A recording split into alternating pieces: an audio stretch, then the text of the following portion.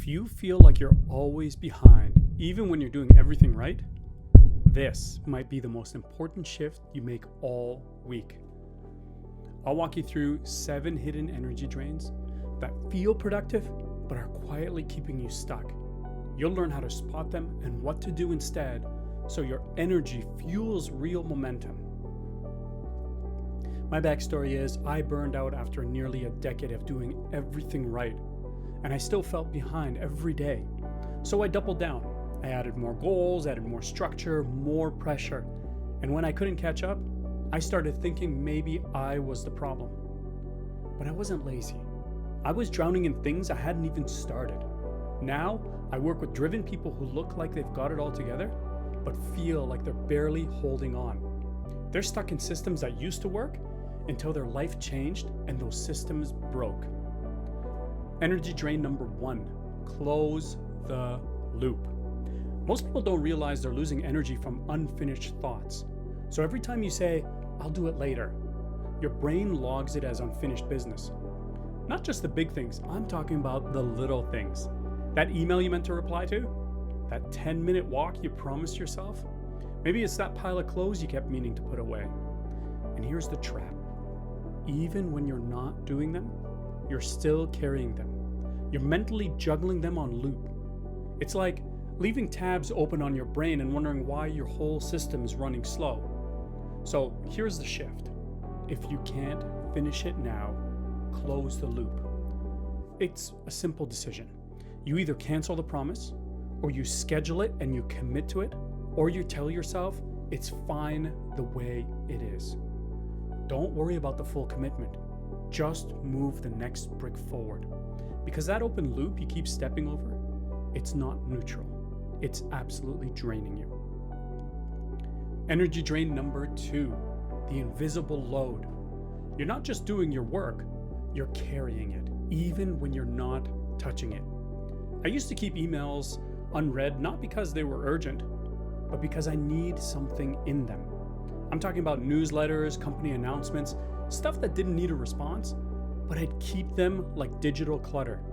And in my personal life, I remember patching a hole in the wall, and I only followed step 1, which was put drywall mud on. But I never followed through to step 2, which was sanding, and step 3, which is then painting. So every time I walked by that wall, it whispered to me, "You didn't finish me." Those little things, they cost you more than just time. They create this cognitive debt. It's not visible, doesn't show up in your calendar, but it's running in the background, draining your mental battery. So here's the fix. If something's undone, you've got 2 options. Either finish it or forgive it. Forgive yourself for not finishing it and delete that mental tab. Close the loop and free your energy. Mental drain number 3, stop optimizing before you start. This one hit me hard when I found myself wasting 45 minutes trying to optimize. You know what took me 75 minutes that should have taken 30 minutes? Threading a simple wire through 10 supports in my wife's greenhouse. Here's a step-by-step. You place the ladder, you climb up, you thread the wire, you climb down, and you repeat that 9 other times. Sounds simple, right? But instead of just doing it, I spent 45 minutes analyzing it. Should I use longer wire? Should I pre-bend it? Should I reverse the direction? I was trying to optimize something I had never even started. And I wasted more energy planning than it would have taken doing. So now every time I catch myself overthinking, I stop and I say, put the wire through the hole. Then I grab a pen and a paper and I run the task through 2 filters that I created. The LMO filter, is it leverageable, measurable, and outcome driven? And the triple M filter, should I move it forward? Should I keep it in maintenance mode or should I mute it and delete it? We'll break those down in a separate video, but for now, don't waste your life optimizing a task you haven't even started. That brings me to energy drain number 4, the shift that changes everything. Burnout isn't about doing too much, it's about doing the wrong things for too long. The reason we stay stuck isn't because we don't care, it's because we're trying to manage life like a giant to-do list when what we actually need is a system that protects our energy. Now, burnout is about carrying too many things that don't move the needle. It's like Trying to run a race with a backpack full of bricks that don't even belong to you. And the shift happens the moment you stop asking, how do I get it all done? And start asking, what's actually worth doing at my highest level?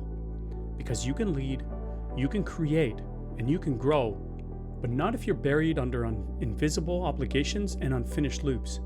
Your mind needs clarity, not clutter. And this is where real performance starts. If you want to stop spinning your wheels and finally plan your days with clarity, I'll show you exactly how to use the LMO and M filters in the next video. Hit subscribe so you don't miss it. And if this helped you at all, drop a like or a comment. It tells the algorithm that this video is worth sharing, but more importantly, it tells you that you're done with survival mode. Let's build the life you're actually built for. You don't need to win the day, you need to protect your capacity. Energy drain number 5, trying to win the day. High performers love that dopamine hit of checking the box, but here's the trap. Most people wake up, load their plates like it's a buffet. They've got work tasks, home chores, unread emails, health goals, side hustles, school forums, meal prep, gratitude journaling, and then they wonder why they feel like failures by 2 p.m. But your brain isn't a machine, it's a battery. You get 3 to 5 high-quality decision cycles a day. Use them wrong, and it's game over before noon. Winning the day is a myth if you burn all your focus before 10 a.m. So here's the shift. Instead of trying to do everything, ask yourself, what's the one thing that requires the clearest version of me today? What actually moves the needle at home or at work? Maybe it's a pitch meeting, a hard conversation with your partner, a block of time to write something that matters. If that version of you is foggy or scattered or drained, it doesn't get done right. That's where your energy always goes first. Everything else, you move it forward, you keep it in maintenance mode, or get rid of it by muting it. Energy drain number 6, start the night before. Every day is a lagging indicator of how well your previous day ended. Burnout doesn't start at 9 a.m. It starts when you end your day like tomorrow doesn't even matter. I used to go to bed with my mind racing. I had every unfinished task swirling around in my head. And then I'd wake up with my heart pounding. I felt like I was already behind and I was already anxious. I'd rush through brushing my teeth, getting irritated over a drop of spilled coffee, and I'd sprint into the day chasing tasks I should have finished yesterday. Why? Because I had no plan. I'd stay up past 1 a.m. trying to move everyone else's agenda forward, never once checking in with what I actually needed to protect the next day. And that's how burnout happens. You go to bed reactive, and you wake up drowning. Here's what changed everything. Now, before going to bed, I do something very simple that changes it all for me. Just 3 minutes. 2 questions. What's the one thing I must protect space for tomorrow? And what do I know that will derail my day? This isn't about scripting your life. It's about waking up with clarity instead of chaos.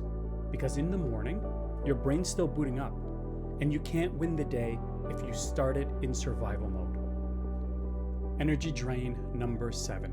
Stop romanticizing chaos. You see, I used to confuse urgency with importance. Chaos, that was my comfort zone. But if you're always in crisis mode, you've confused urgency with importance. There was a time when I needed everything to feel urgent. I thought the more plates I could spin, the more useful I was. It gave me a high. Feeling busy, I felt needed, and I felt productive. But the truth? I was addicted to stress. I wasn't effective, I was reactive. I didn't feel proud at the end of the day. I felt empty. So here's the shift. Urgency is a poor substitute for clarity. If your life moves when there's a fire, you'll never build anything. You'll simply survive it.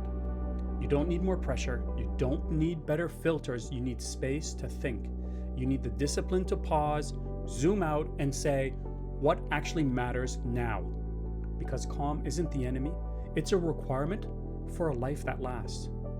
And if you're waking up already behind, juggling tasks you haven't even started, this isn't about grinding harder.